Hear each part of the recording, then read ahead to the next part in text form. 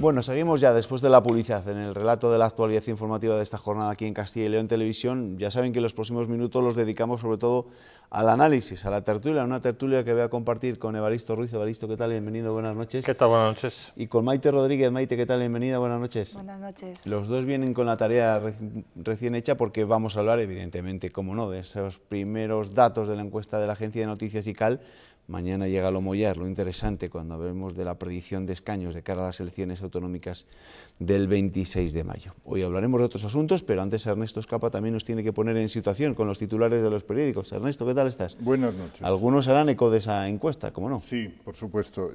Pero empezamos con el Diario de Ávila, que destaca en su primera: el rey responde al secesionismo, sin respeto a la ley no hay democracia. Y después abordamos todos los titulares que tienen que ver con el corredor atlántico.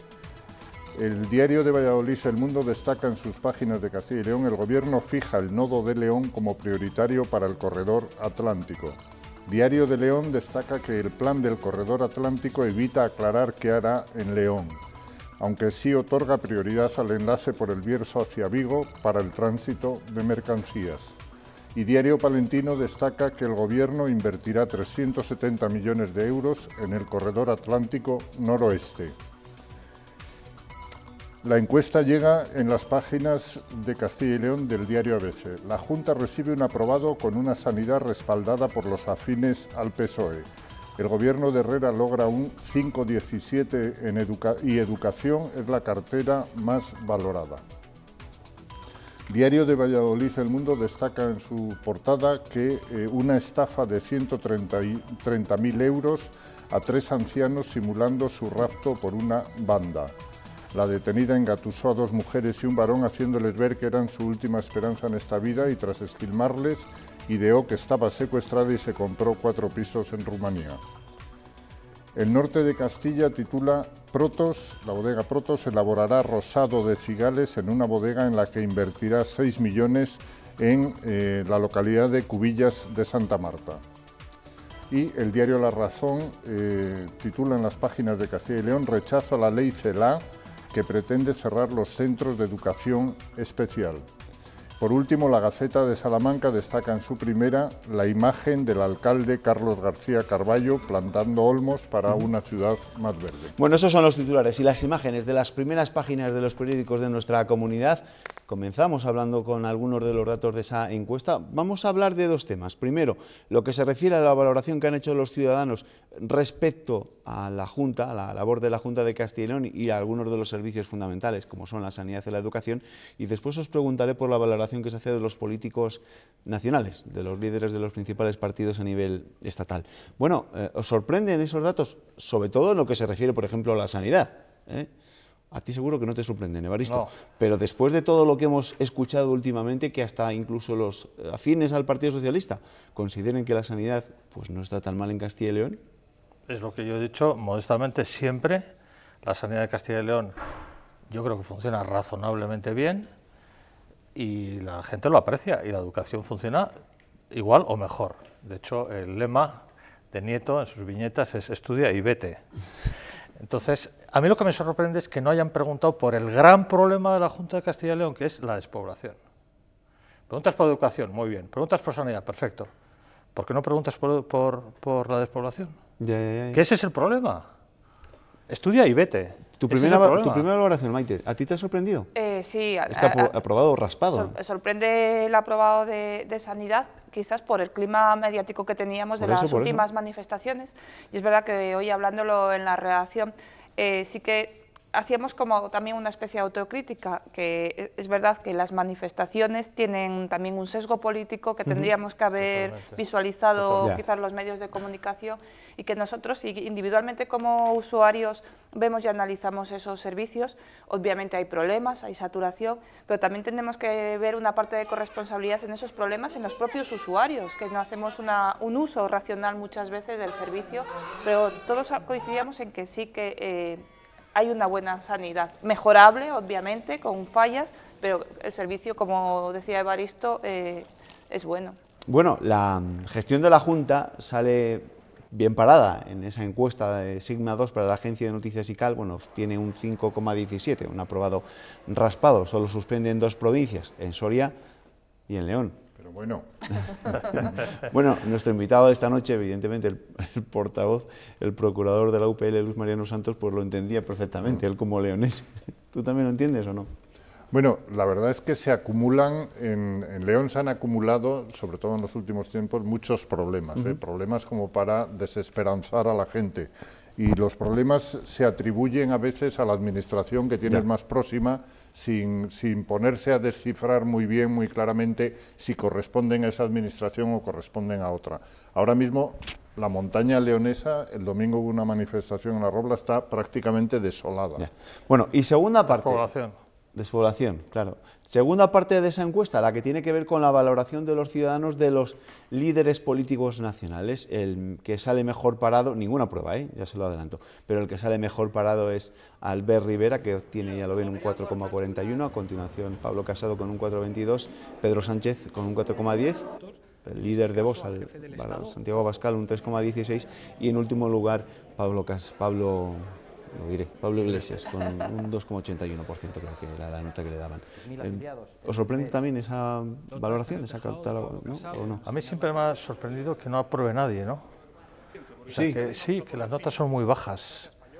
No sé. Pues no es lo habitual, ¿no? Sí, y luego me sorprende que Pablo Casado no saque más nota, porque siendo de aquí, candidato por aquí, y siendo una comunidad donde ha gobernado el PP casi siempre, debería haber sacado más nota que Albert Rivera, me parece. Supongo que, aunque Pablo Casado sea de aquí, su proyección es nacional y es verdad que no ha tenido tampoco una presencia muy intensa en Castilla y León, se ha volcado muchísimo en la campaña de Andalucía, pero sobre el suspenso. Es que yo creo que ahora mismo, al margen de que siempre somos muy dados a criticar en la barra del bar a nuestros políticos, ahora mismo de verdad creo que es difícil que alguno de nuestros políticos pueda aprobar, entre otras cosas por la situación de tensión y crispación que todos están fomentando y que haya, ¿no? Y creo que en parte esas notas tan bajas se pueden deber, creo, a eso. Bueno, esta primera parte de la encuesta ha dado mucho que hablar, pero mañana vamos a tener una segunda ración y eso sí que va a generar muchísimo debate y no sé si mucho nerviosismo en algunos partidos, yo no lo sé, no voy a adelantar datos que desconozco, por supuesto, pero ya sabemos que a no demasiados días, a 100 días de esas elecciones autonómicas y municipales del 26 de mayo, pues encuestas en las que no salgas bien parados, ya empieza a cundir igual el nerviosismo entre algunos, ¿no? Bueno, yo de todas formas me gustaría destacar que entre los que opinan que el gobierno ha sido malo, muy malo, irregular, suman un 84,5%. ¿Estás hablando del gobierno en general, sí, central? Sí, no, de la Junta. Sí. Es que también ahí se preguntaba por la labor del gobierno de Pedro Sánchez. 84,5% de los que están, de los que piensan que... No, del gobierno central me refiero, no me estoy equivocando. Ya. O sea, eso es muy fuerte y creo que orienta un poco lo que vamos a saber mañana. Bueno, ¿y os ha sorprendido ese dato de que el 40% de los encuestados es partidario de una mayor recentralización de competencias? Ahora que está tan en cuestión algunos aspectos del Estado autonómico, sobre todo tras la irrupción de Vox, que es uno de sus mensajes bandera. Pues quizás en este momento que se está viviendo a nivel nacional con todo el problema catalán es una reacción lógica de parte de la población y luego también por lo que decíamos un poco de los servicios, ¿no? Tanto de sanidad, educación o de instituciones duplicadas que los ciudadanos ven que quizás ahí sí que haya cierto, o no sé si ellos pueden considerar despilfarro o al menos no hay un ahorro de dinero. Claro, es que antes de entrar a la tertulia nos lo recordaba Evaristo Ruiz, ¿no? 17 comunidades autónomas y cada una compra por su cuenta de riesgo los medicamentos carísimos que se necesitan. O sea, no hay una unidad de mercado todavía. A ver, yo creo que hay una serie de cuestiones clarísimas en las que hay que recentralizar. Comentábamos, en educación, la EBAU. La EBAU debe ser única en toda España, porque si no, nos está perjudicando a nosotros. Se nos llenan las facultades de gente de Canarias y de gente de Andalucía que estudia medicina aquí y después se vuelven a sus comunidades autónomas. Y nos faltan médicos, pero ¿dónde están los que estudian en las facultades? Pues en Andalucía y en Canarias. ¿Por qué? Porque ahí sacan mejores notas porque la EBAU es más fácil. Hombre, eso es elemental. pero en muchas otras cosas, en la compra de fármacos, por ejemplo, que ahora ya se va a hacer una recentralización de la compra para presionar a la industria farmacéutica a favor de la sanidad pública, porque si no es la industria la que te presiona a ti. Pero eso hasta ahora ha sido un despilfarro. Sí. Increíble. Se ha hecho en las vacunas, pero hay una serie de medicamentos muy caros, sobre todo oncológicos, en los que no se ha hecho suficientemente bien. Ahora se va a hacer. Eso por no hablar de los temarios de educación, ¿no? Cada uno en una comunidad autónoma con un enfoque distinto. Tal cual. Bueno, puedes ir mucho más allá, ¿eh? ¿A dónde Puedes ir mucho, quiero decir, en un servicio público como la sanidad o la educación, lo que antes se hacía de oposiciones comunes con una serie de plazas que vas ocupando en función de los méritos y de la nota que saca una oposición, evitaría muchos problemas que tenemos ahora. Bueno, pues a ver si hay algo de racionalidad, porque al final sentido, esto más que recentralizar es tener un poco más de sentido común. En fin, los ciudadanos se encargan de valorar a los líderes políticos y los tertulianos nos encargamos de valorar las valoraciones. ¿Habrá algún osado que valore a los tertulianos que valoramos? ¿Lo hará nuestro quinto tertuliano? No puedo pegar ojo, Juanma. Qué manía con las encuestas de valoración de líderes, como si tuviesen alguna validez. He oído que incluso hay una encuesta de valoración de colaboradores de las noticias de la medianoche. Pero la miraré mañana, que no son horas, Juanma. No son horas. Esa de las gafas de sol eras tú, Maite, ¿eh? Un 8,7, no te quejes, ¿eh? Mañana le invito a un café, ¿eh? A mí me ha suspendido, en fin. Todos bien parados, menos yo y bueno, y él mismo, claro. Pero ya sabe, los líderes siempre tienen la valoración más baja. También es verdad. Antes de que las elecciones... Para mí, el mejor es Nieto. Sí. Para mí es un sí, genio. Eso lo tenemos claro, ¿no? Soy un fan de Nieto. Es humilde y se ha puesto un 2, ¿eh? Tiene unos chistes que son de museo. Bueno, dejemos de hablar de Nieto, que mañana volverá a ser protagonista, por supuesto. Antes, como les decía, de las municipales y autonómicas llegarán las generales del 28 de abril y ya todo es campaña. En la penúltima sesión de control al Gobierno en el Congreso, los principales líderes políticos han demostrado que ya solo tienen las urnas en la cabeza y ponen tierra de por medio los unos de los otros, incluso los que eran socios hasta antes de ayer.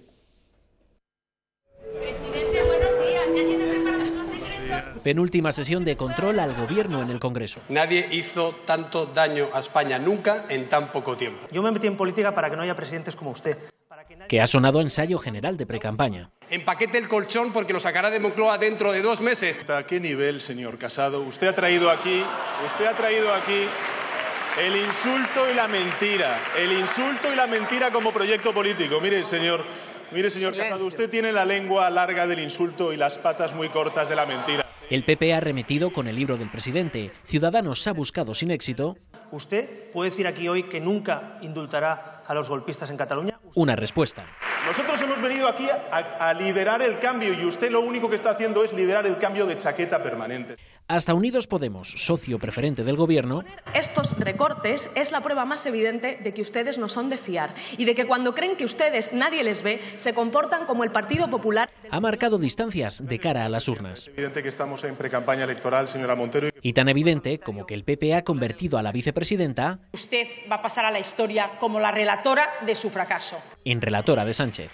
Salgan de la mentira, pero también salgan de la ignorancia. Así de arrebatados están ya los ánimos. Le ruego silencio. Y eso que aún le quedan 2 semanas a esta legislatura. Tras el pleno del Congreso, Pablo Casado ha viajado a Soria, donde ha protagonizado un acto con militantes. Con aires de precampaña, los candidatos del PP han pedido el voto para todas las elecciones, también las europeas. El PP de Soria y de Castilla y León se compromete a una campaña nacional puerta a puerta. Y en Soria, Pablo Casado alerta a los suyos de las consecuencias que puede traer la división del voto en las provincias pequeñas. Porque las elecciones generales son también nuestras elecciones. Porque para ganar en las municipales y autonómicas hay que ganar en las generales. Que aquí en política con la ley DONT, 2 más 2 no siempre son 4. Que los experimentos con gaseosa, que se la juega España. Bueno, un mensaje en lo que antes o hasta antes de ayer se llamaba lo del famoso voto útil, porque la ley DONT en pequeñas circunscripciones va a jugar un papel muy significativo, ¿no? Sí, hombre, ya se nota eso, que están nerviosos porque están saliendo las encuestas y claro, están hablando en pequeñas circunscripciones porque, por ejemplo, en algunos ayuntamientos, como pasó aquí ayer en Zaratán, algunos alcaldes o antiguos alcaldes del PP están ya dejándose querer por Vox y eso puede significar que se conviertan al menos en el partido llave o que esos antiguos militantes del PP hagan sufrir al PP para seguir manteniendo el poder, con lo cual es lógico que apelen, y lo mismo sucede, claro, en el PSOE, llamando al voto útil de la izquierda. El voto útil, famoso voto útil. Claro, pero Maite, la alcaldesa de Zaratán creo que es el ayuntamiento con más población de Valladolid gobernado por el PP, de toda la provincia. Bueno, ha dicho que... No, Río Seco tiene más y es por el PP, pero bueno... pero Río Seco tiene menos población. En cualquier caso, ella ha dicho que se marcha y se ha dicho que se marcha poniendo de vuelta y media precisamente a Jesús Julio Carnero, el presidente provincial del Partido Popular. Sobre la precampaña, después de ver después de escuchar lo que hemos escuchado hoy en la sesión de control al Gobierno en el Congreso de los Diputados, parece evidente que nadie se va a morder la lengua, ¿no? Que esto va a ser duro. Sí, pero... A mí no sé, me defrauda un poco el tonillo, ¿no? Pues hablando del colchón y hablando de es lo primero que aparecía en el libro de Pedro Sánchez. Sí. Y la cita de Fray Luis de León, que estaba equivocada y tal. Pero vamos a ver, no habría que hablar de temas con un poquito más de profundidad, de rigor, de altura. Os preguntabais antes por qué a veces tienen esas calificaciones tan bajas. Claro, en sede parlamentaria creo que el debate tiene que tener... Otra cosa es un mitin, ¿no? Como el que estábamos viendo en Soria, pero creo que aquí tenemos la respuesta.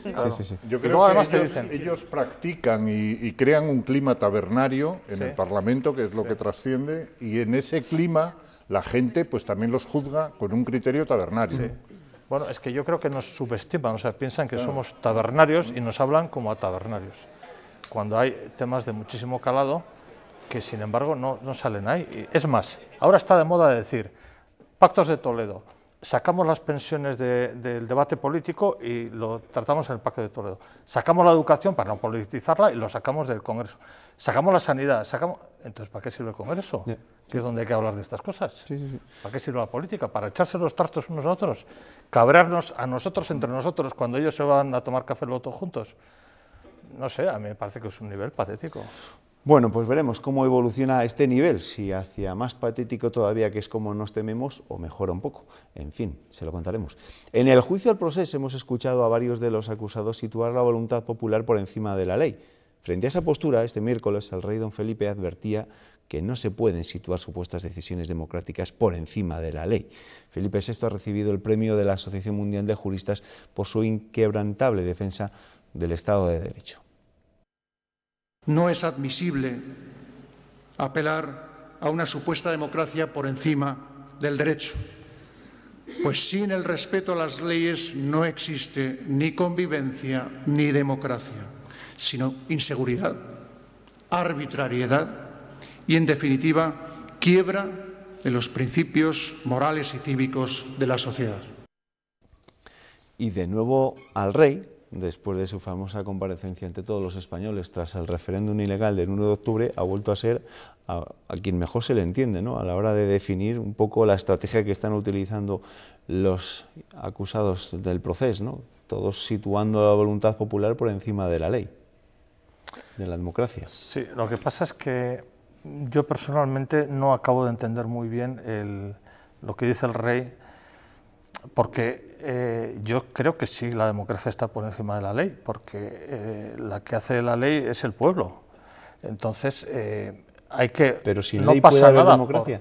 ¿Sin ley puede haber democracia? Sin ley no puede haber democracia, pero sin democracia tampoco puede haber ley. Entonces, las leyes están para cambiarse y se cambian con un consenso suficientemente amplio.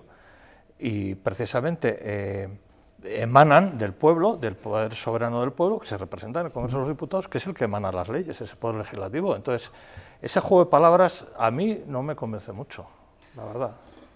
Estoy de acuerdo con lo que quiere decir. Bueno, pero es que ahí no cuentan con la voluntad, no sé, yo creo que hablan más de lo que dice la calle, de lo que dice la gente, no de lo que dicen igual los grupos políticos que intentan ponerse de acuerdo para cambiar o no cambiar una ley. El problema en el caso de Cataluña es que no se exploró las vías que daba tanto la ley como la democracia para intentar la autodeterminación, que sí que se hizo en su momento el País Vasco cuando vino el Lehendakari al Congreso.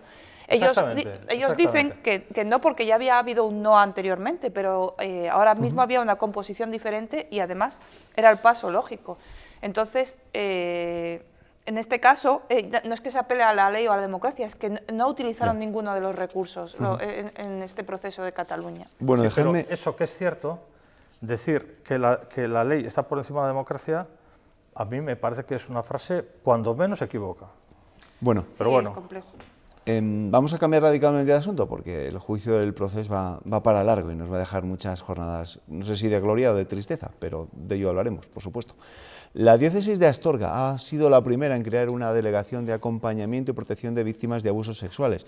Se ha presentado este miércoles y ha fijado sus objetivos en apoyar a las víctimas, asesorarlas y sensibilizar a los miembros de la diócesis para que no se repitan estos casos. El obispo ha reconocido que fue un error no atender las primeras denuncias en su día. El Obispado de Astorga tiene reconocidas a 5 víctimas de abusos sexuales en el Seminario Menor de La Bañeza y en el Colegio Juan XXIII de Puebla de Sanabria durante los años 80. A todos ellos ha enviado una carta a la Delegación de Acompañamiento y Protección a Víctimas de Abusos Sexuales para ofrecer apoyo, aunque no ha habido tiempo para recibir respuesta. También se ofrece asesoramiento. También estamos abiertos a recoger nuevas denuncias, a asesorar a los denunciantes en todos los aspectos técnicos. María José Díez encabeza esta delegación, es psicóloga y experta en victimología y la acompaña un maestro de la diócesis que trata también con personas con problemas psicológicos y una abogada civil y canónica. También les asesorarán la delegada de comunicación, el vicario judicial y una de las víctimas. Se quieren evitar errores como los ocurridos en el Seminario de La Bañeza cuando se silenciaron los hechos. En ese momento fue un grave error. Los responsables de aquel seminario que bueno, pues por lo visto tuvieron conocimiento de los hechos y no actuaron como primero decirlo a los padres, ¿no? La delegación quiere también sensibilizar a los miembros de la diócesis y dar formación para que estos hechos no se repitan.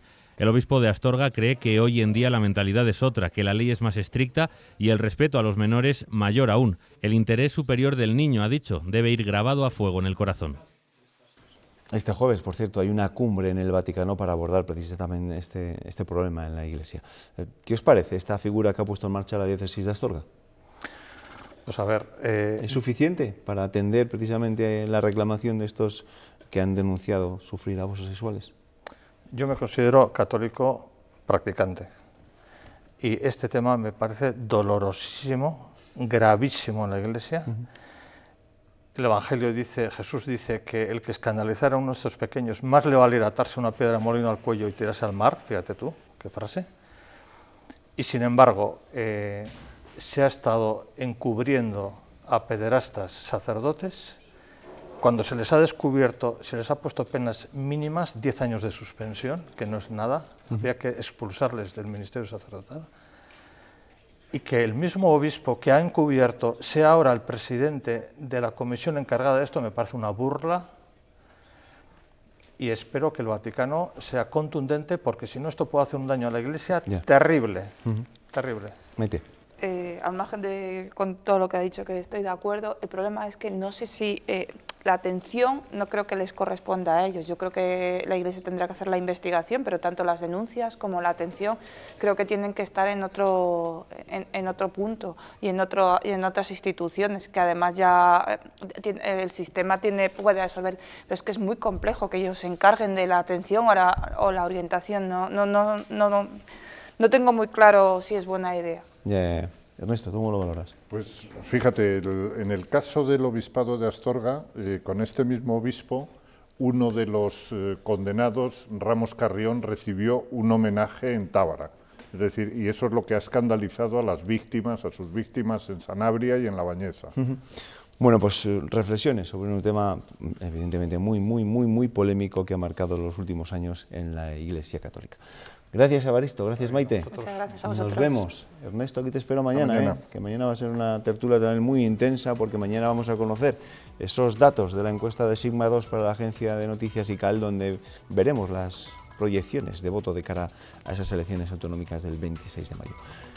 Terminamos, les dejo con Cristina López del Val y la información meteorológica, y recuerden que a las 7:30 José Renedo nos va a contar cómo se despierta este jueves Castilla y León. Gracias.